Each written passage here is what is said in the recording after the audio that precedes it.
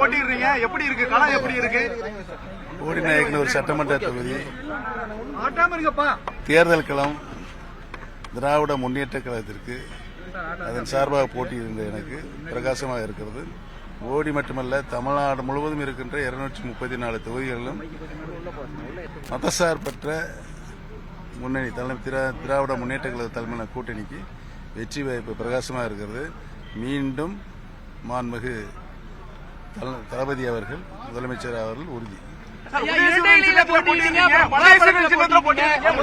எதிர்த்து போட்டியிட்ட சூரியன்ல நிக்க போறீங்க, எப்படி சார் மக்கள் ஏற்றுக்கோங்க? போட்டிடுறீங்க, எப்படி இருக்கு களம், எப்படி இருக்கு? போடிநாயக்கனூர் சட்டமன்ற தொகுதி தேர்தல் களம் திராவிட முன்னேற்ற கழகத்திற்கு அதன் சார்பாக போட்டியிருந்த எனக்கு பிரகாசமாக இருக்கிறது.